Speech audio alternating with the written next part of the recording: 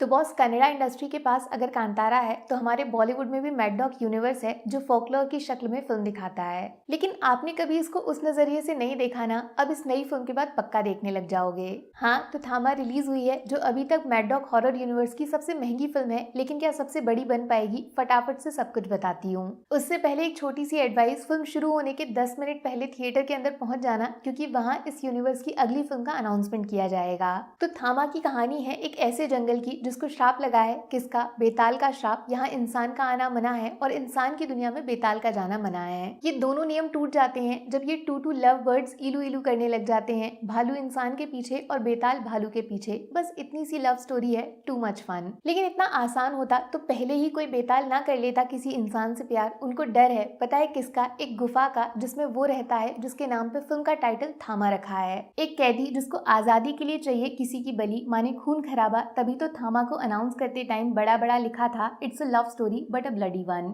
अब खून कौन पिएगा, खून किसका होगा और कौन किसका कितना खून बहेगा, पूरे 2.5 घंटे में पता चल ही जाएगा। इस जंगल में मंगल होके ही रहेगा। चलो अब फिल्म को तोड़ लेते हैं 4 हिस्सों में। शुरुआत के 30 मिनट खर्च होते हैं थामा की दुनिया को बनाने में, बेताल, इंसान, जंगल, वर्ल्ड बिल्डिंग। फिर ठीक 1 घंटे पे पहली बार फिल्म में वैम्पायर शब्द का इस्तेमाल होता है, ड्रैकुला का जिक्र किया जाता है, तब रश्मिका का असली रूप बाहर आता है। उसके 3 मिनट बाद थामा शब्द का असली मतलब क्या है वो पास्ट में जाके समझाया जाएगा। यहाँ पे आपको पता चलेगा बेताल वैम्पायर से अलग क्यों है, वो किसका खून पीते हैं या किसका नहीं पीते।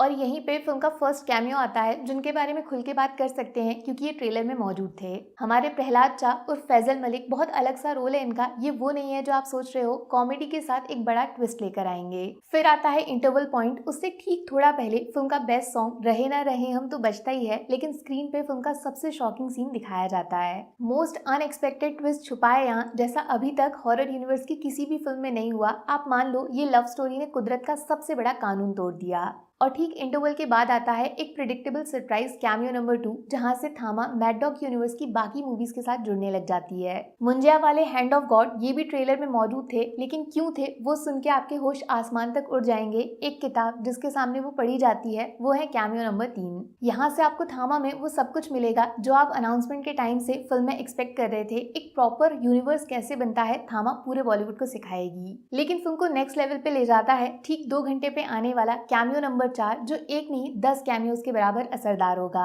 शायद बॉलीवुड का बेस्ट कैमियो बड़ी स्क्रीन पे जो हॉलीवुड की ट्वाइलाइट की याद दिलाता है। ट्रेलर में दिखाया तो था, भूल गए, चड्डी पहन के फूल खिला है, भेड़िया निकला है। नोटिस तो किया होगा आपने, भेड़िया ट्रेलर में कुछ अलग सा दिख रहा था और उसका जवाब इस फिल्म में ऐसा मिलेगा कि खून पीने वालों का भी खून बह जाएगा। मार धाड़, तोड़ फोड़, आदमखोर एक्शन बाहर आएगा। लेकिन बात इतने पे खत्म नहीं होती। फिल्म में नोरा फतेही का कैमियो भी है, जो इस बार सिर्फ डांस नहीं, अपनी उंगली पे स्त्री को नचा रही है। कैसे, मैं क्यों बताऊं। और अब लास्ट में क्लाइमैक्स। यहाँ पे फिल्म के सबसे तगड़े एक्टर नवाजुद्दीन सिद्दीकी का इस्तेमाल होता है, जो थामा को कांतारा की तरह एक हिस्ट्री बेस्ड फोकलोर से जोड़ देते हैं। क्लाइमैक्स में क्या हुआ वो तो आप देख ही लोगे, लेकिन क्लाइमैक्स में फिर से एक ऐसा कैमियो आएगा जो 10 सर के बराबर असर डाल के जाएगा। तब पहली बार स्क्रीन पे MHCU mad dog horror cinematic universe बड़ा बड़ा लिखा जाएगा।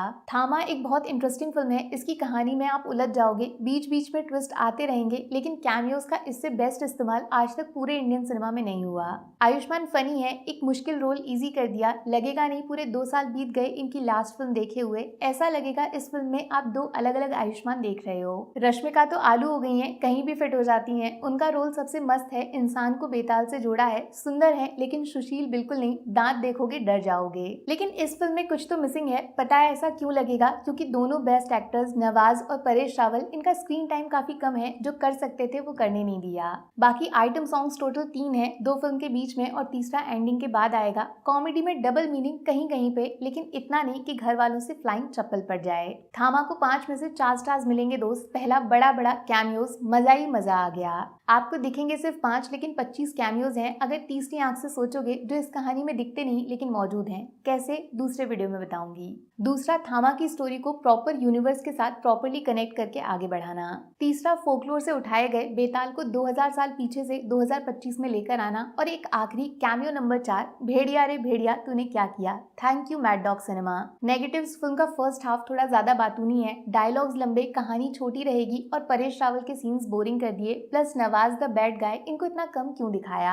अरे वो दिवाली ही क्या जो पटाखों की लड़ी काजू कतली और थामा के बिना मनाई जाए। टिकट बुक करो, लाइन लंबी लगने वाली है। Take care, bye bye.